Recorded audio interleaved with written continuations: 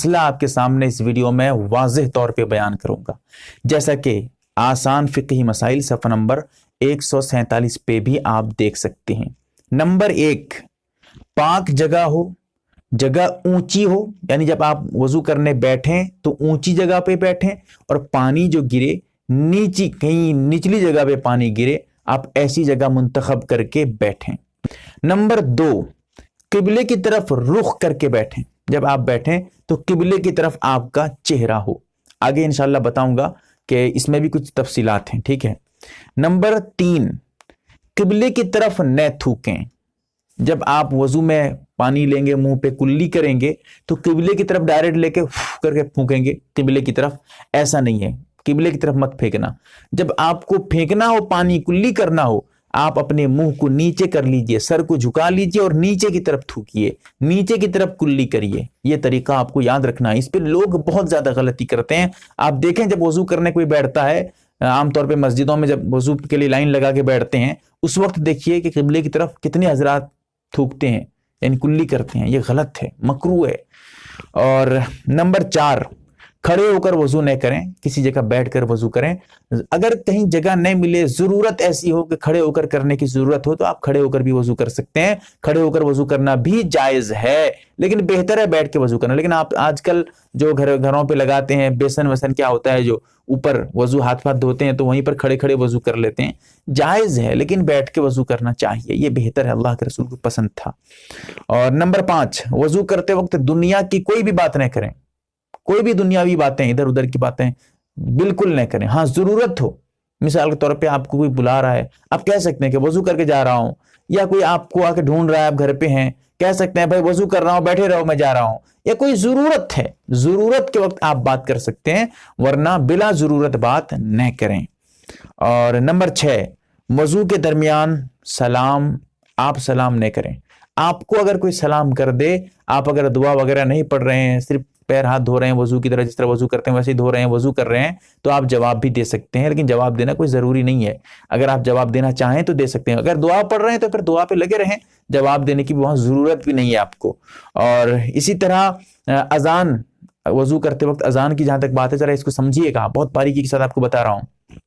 اگر اذان ہو جائے، ایک کام کریں، آپ وضو کو موقوف کرتے ہیں، پہلے اذان کا جواب دیتے ہیں، کیونکہ وضو آپ بعد میں بھی کر سکتے ہیں، لیکن اگر اذان ختم ہو جائے، کچھ دیر گزر جائے، تو اذان کا آپ جواب نہیں دے سکتے۔ اذان کے جواب کی جو فضیلت ہے، جو اس کا ثواب ہے، آپ اس سے محروم ہو جائیں گے۔ تو دماغ لگا کر ایسا کام کرنا ہے آپ کو کہ جس سے اذان کے جواب کا ثواب بھی مل جائے، وضو بھی ہو جائے۔ تو کیا کریں گے؟ دونوں کام تو ایک ساتھ کرنا بہت مشکل ہے، وضو بھی کرتے رہیں، دعا بھی وضو کی پڑھیں، پھر ادھر اذان کا جواب بھی دیں، مشکل ہو جائے گا۔ اسی لیے آپ اذان کا جواب دے دیجئے، پھر وضو کریے۔ ورنہ آپ اگر وضو کر رہے ہیں، اذان ہو جائے تو جواب بھی دے سکتے ہیں وضو کرتے ہوئے، لیکن اگر جواب نہیں دیں گے، صرف وضو کریں گے، یہ بھی جائز ہے، کوئی دقت کی بات نہیں۔ اور نمبر 7، کسی دوسرے سے مدد نہ لیں۔ مدد لینے کی بات، جیسے کوئی لوٹا لے کر پانی آپ پہ ڈال رہا ہے، آپ وضو کر رہے ہیں، یہ منع ہے۔ ہاں اگر آپ کہیں ٹیوبل ویل ہے، کوئی مار کے آپ کو پانی دے رہا ہے، یہ تو بس ایک ضرورت کی بات ہے، آپ وہاں استعمال کر سکتے ہیں۔ اسی طرح کسی کو کہہ سکتے ہیں کہ بھائی لوٹے پہ پانی لے کے آ جاؤ، وضو کروں گا میں، وہ آپ کا شاگرد وغیرہ تھا یا کوئی آپ کا پہچانے والا تھا، وہ ایک لوٹا پانی لا کے دے دیا آپ کو وضو کے لیے، اس میں کوئی دقت نہیں۔ دقت اس میں ہے کہ آپ کو کوئی وضو میں ہی مدد کرے، مثال کے طور پہ آپ پانی ڈال رہے ہیں، وہ آپ کے ہاتھ کو رگڑ رہا ہے بلا ضرورت۔ ہاں اگر ضرورت ہے، کوئی بیماری کسی کو کچھ ہے، وہ بیچارہ بیمار ہے، وہ دھو نہیں پاتا ہے، کوئی دوسرا دھو سکتا ہے، دوسرا وضو کرا سکتا ہے، کوئی دقت نہیں، لیکن بلا ضرورت کسی دوسرے سے وضو میں مدد لینا یہ مکروہ ہے، یہ پسندیدہ نہیں ہے۔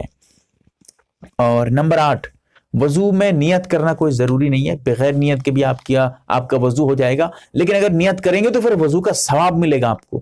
نیت کیسے کریں گے؟ کوئی زبان سے ادا کرنا کوئی ضروری نہیں، میں ایسے کرتا ہوں، ویسے کرتا ہوں، میں نیت کرتا ہوں، ویسے بہت کچھ، میں پاکی حاصل کرنے کی نیت کرتا ہوں، یہ سب کہتے ہیں لوگ، کہہ سکتے ہیں، کوئی ضروری نہیں ہے۔ ضروری سمجھیں گے تو کہنا حرام ہو جائے گا، ناجائز ہو جائے گا زبان سے ادا کرنا، اگر ضروری آپ سمجھیں گے۔ ہاں اگر بس دل کے سکون کے لیے ایسے ہی کہہ دیتے ہیں, کوئی ضروری واجب کا درجہ نہیں دیتے ہیں, تو پھر آپ زبان سے بھی کہہ سکتے ہیں کہ میں پاکی حاصل کرنے کے لیے وضو کر رہا ہوں, میں ثواب کی نیت سے وضو کر رہا ہوں, میں اللہ کو راضی کرنے کے لیے وضو کر رہا ہوں, نماز کے لیے وضو کر رہا ہوں, کہہ سکتے ہیں, کوئی بات نہیں. ورنہ دل میں صرف اتنا سوچ لینا کہ میں وضو کر رہا ہوں, بس وضو کی نیت آپ کی ہو گئی, وضو کا ثواب آپ کو مل جائے گا. اور نمبر 9, وضو میں زیادہ پانی استعمال نہیں کریں, جتنی ضرورت ہے اتنا استعمال کریں. عام طور پہ بہت زیادہ استعمال کرتے ہیں. کیا ہوتا ہے نا, جب وضو میں مسجد وغیرہ میں جو آج کل لگے رہتے ہیں, ٹیپ ویپ لگے رہتے ہیں, کیا کرتے ہیں, ایک ہاتھ دھوتے ہیں, ادھر پانی چلا رہتا ہے. خیال رکھیں کہ جب آپ وضو کریں تو اس کو بند کر دیں. جب آپ ایک مرتبہ پانی لے کے ہاتھ رگڑ رہے ہیں تو اسے بند کر دیں. مسح کے لیے, مسح کرنے کے لیے پانی لیتے ہیں, مسح کرتے ادھر پانی چلا رہتا ہے, ادھر پانی جاری ہے, پانی برباد ہو رہا ہے, کوئی خیال نہیں ان کو. تو ایسا خیال رکھیں کہ زیادہ پانی استعمال نہ ہو. خاص طور سے علماء نے لکھا ہے 1 کلو پانی اگر آپ لیتے ہیں اس میں وضو کرنے کی کوشش کریں. وضو میں 1 کلو سے زیادہ استعمال کر سکتے ہیں ضرورت کو, لیکن 1 کلو میں آپ کا وضو اچھے سے ہو جائے گا اگر آپ احتیاط کے طور پہ وضو کریں گے.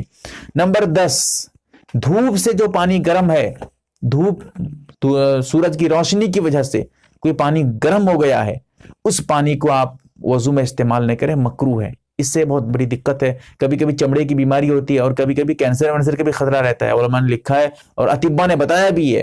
تو اسی لیے دھوپ سے جو پانی گرم ہوتا ہے اس کا استعمال نہ کریں, وضو میں بھی نہ کریں, عام طور پہ اس وقت بھی نہ کریں.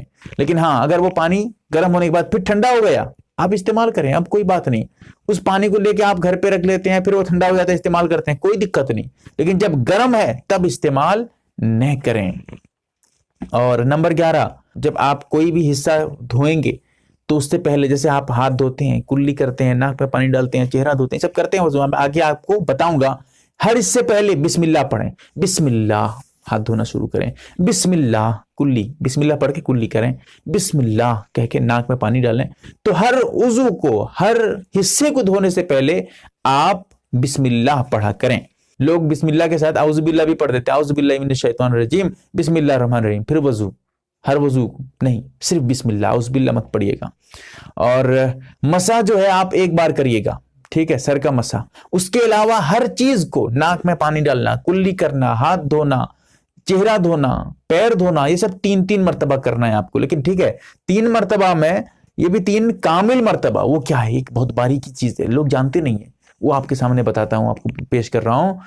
1 مرتبہ پانی لے کر ہاتھ کو دھو دیتے ہیں, کہیں پر ذرا سی سوکھا رہ گیا, پھر آپ دوسری مرتبہ لے کر دھوتے ہیں, وہ سوکھا آپ کا مکمل ہو جاتا ہے. اب سمجھیے کہ 1 مرتبہ ہوا یہ, یعنی 1 مرتبہ آپ کا اس وقت ہوگا کہ جب پوری طرح سے اچھی طرح سے دھو لیں گے, ہر جگہ پانی پہنچ جائے گا, تو اب 1 مرتبہ ہوا. پھر سے 1 مرتبہ لے کر دھوئیے اچھی طرح سے, ہر جگہ پانی پہنچائیے, اب آپ کا دوسری مرتبہ ہوا. یہ جو 3 مرتبہ دھونے کی بات ہے, یہ 3 مرتبہ اس طرح کامل مرتبہ, لوگ جانتے نہیں ہیں, بس اٹھا کے دھو لیے, پھر دھو لیے, تیسری مرتبہ میں ہر جگہ پانی پہنچ گیا, سمجھ لیے 3 مرتبہ. اب کہاں 3 مرتبہ ہوا بھائی, سمجھیے. تو اسی لیے کامل مرتبہ 3 مرتبہ دھونے کی کوشش کریں ہر وضو کو. لیکن مسح جو ہے صرف 1 مرتبہ, یعنی سر کا مسح, گردن میں جو کرتے ہیں, کان کا مسح, یہ جو مسح ہے یہ صرف 1 بار مسح کرنا ہے آپ کو. آگے بتاؤں گا تفصیل اس میں. اور اس کے ساتھ یہ بھی آپ کو سمجھنا پڑے گا, ایک وضو یعنی جو حصہ ہے, ایک وضو, یہ خشک ہونے سے پہلے, سوکھنے سے پہلے دوسرے کو دھو لیجئے. ورنہ اگر سوکھ جاتا ہے, پھر آپ مثال کے طور پہ ایک ہاتھ دھو رہے ہیں, کوئی آ گیا, اس سے بات کرنے پہ لگ گئے تھے, اس کے بعد آپ دوسرا ہاتھ دھو رہے ہیں, جب تک یہ پہلا ہاتھ آپ کا سوکھ گیا پھر بھی آپ کا وضو ہو جائے گا اگر آپ مکمل کر دیتے ہیں وضو, دوبارہ لوٹانے کی ضرورت نہیں ہے. لیکن وضو میں بہتر یہ ہے, مناسب یہ ہے, آپ یہ کوشش کریں کہ ایک حصہ, ایک وضو سوکھنے سے پہلے آپ مکمل, تھوڑا بہت سوکھتا ہے کوئی دقت نہیں, مکمل سوکھنے سے پہلے دوسرے کو دھونے کی کوشش کریں. ٹھیک ہے, یہ بہت اہم چیز ہے, اس کو خیال رکھنا چاہیے. اور اس کے ساتھ ساتھ یہ بھی سمجھنا ہے آپ کو, کبھی کبھی ایسا ہے, لوگ جب منہ پہ پانی لے کے مارتے ہیں نا منہ دھونے کے لیے, تو پانی اٹھا کے زور سے مارتے ہیں, پٹک کے مارتے ہیں, پٹک سے آواز ہوتا ہے, پانی کی چھینٹیں ادھر سے ادھر چھینٹیں گرنے لگتی ہیں. تو یہ غلط ہے, بس آہستہ سے پانی لے کے جا کے منہ دھوئیں. ایسا نہیں ہو کہ پانی لے کر منہ پہ زور زور سے ماریں, یہ غلط ہے, منع کیا گیا ہے اس سے. لیکن لوگ کرتے ہیں تو کیا کرے آدمی, کیا بتائے. اسی طرح داڑھی کے خلال کریں, کب کریں گے وہ بھی آپ کو بتا رہا ہوں. جب آپ چہرہ دھو لیں گے اسی وقت، چہرہ دھونے کے بعد بھی کر سکتے ہیں، چہرہ دھوتے وقت بھی خلال کر سکتے ہیں. خلال کا طریقہ کیا ہے؟ ہاتھ کو آپ اس طرح لیں گے، الٹا کے ایسے کریں گے، ٹھیک ہے، یہ ہے خلال. ایسا نہیں، ایسا خلال نہیں ہوتا ہے. خلال جو کرتے ہیں نیچے کی طرف سے ہاتھ کو الٹے طرف، جیسے میں نے ابھی بتایا آپ کو، ٹھیک ہے. تو یہ خلال کا طریقہ ہے. بہت لوگ غلط کرتے ہیں، اور ایک وقت ایسا بھی کرتے ہیں کہ جب مسح کر لیتے ہیں، سر کا مسح، پھر کان کا مسح، گردن کا مسح، اس کے بعد جا کے پھر یہ خلال کرتے ہیں. داڑھی کے خلال کا وہ وقت نہیں ہے. داڑھی کے خلال کا وقت چہرہ دھوتے وقت ہے. لوگ غلط وقت میں کام کر رہے ہیں، سوچ کر دیکھیے. کتنے لوگ ایسی غلطی کرتے ہیں، لیکن بتانا پڑے گا. آپ ہی بتائیے، جب آپ کسی کو دیکھیں تو ٹوکیے، بتائیے. جب بتائیں گے تبھی تو لوگ جانیں گے. آپ کو بھی ثواب ملے گا، مجھے بھی ملے گا. اور اس کے ساتھ ساتھ سر کا مسح، گردن کا مسح، یہ سب میں آپ کو طریقہ بتا رہا ہوں کیسے کیا کریں گے. لوگ اس میں بہت غلطی کرتے ہیں. ایک چیز اور سمجھ لیجئے کہ ہاتھ پیر کا بھی خلال کرنا ہے. جب ہاتھ دھوئیں گے اس وقت آپ خلال کریں. ہاتھ کا خلال کیسے کریں گے؟ داہنے ہاتھ کو آپ اس طرح کریں گے، ہتھیلی نیچے کی طرف رکھیں گے. اب اس کو انگلیوں کو اس طرح چوڑا کر دیں گے، ٹھیک ہے. بائیں ہاتھ کو اس کو اوپر اس طرح رکھ دیں گے. اب اس طرح کر دیں گے، یہ ہے خلال. پھر اس کے بعد بائیں ہاتھ کا خلال ایسے. یہ ہو گیا داہنے ہاتھ بائیں ہاتھ کا خلال. ایک ایک بار، زیادہ کرنے کی ضرورت نہیں. پیر کا جو خلال کریں گے وہ کیسے؟ بائیں ہاتھ کی جو چھوٹی انگلی ہے اس انگلی سے کریں گے. وہ کیسے؟ داہنے پیر کی جو چھوٹی انگلی اور اس کے سائیڈ والی انگلی کا بیچ ہے، جیسے مثال کے طور پہ یہ پیر ہے، سمجھیے ہاتھ ہے لیکن میں مثال دے رہا ہوں، ٹھیک ہے. یہ سمجھیے اس کو پیر ہے.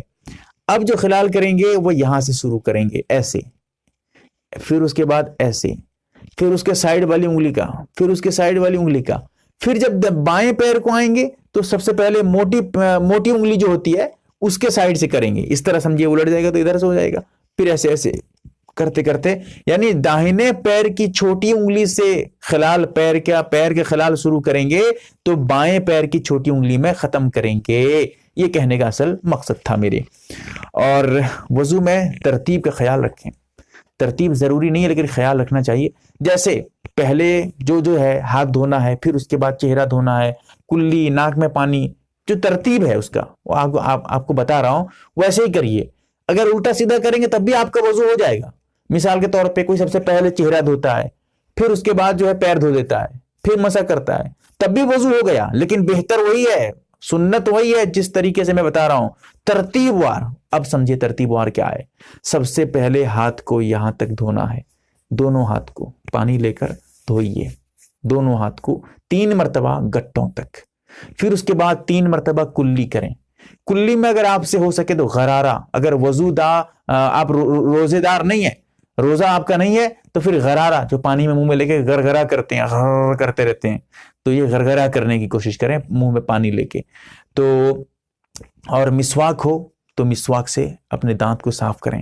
مسواک کرنے کی فضیلت بھی بہت زبردست ہے. وضو میں جو مسواک آپ استعمال کرتے ہیں، جس وضو میں آپ مسواک کر کے وضو کیے ہوں گے، اس وضو سے اگر نماز پڑھیں گے اس کی فضیلت الگ ہو جاتی ہے، ثواب میں زیادتی ہو جاتی ہے. وضو میں جب آپ مسواک کرتے ہیں تو اس کی فضیلت بڑھ جاتی ہے. عام طور پہ ایسے بھی مسواک کر سکتے ہیں، کوئی دقت نہیں، لیکن وضو کی الگ بات ہے.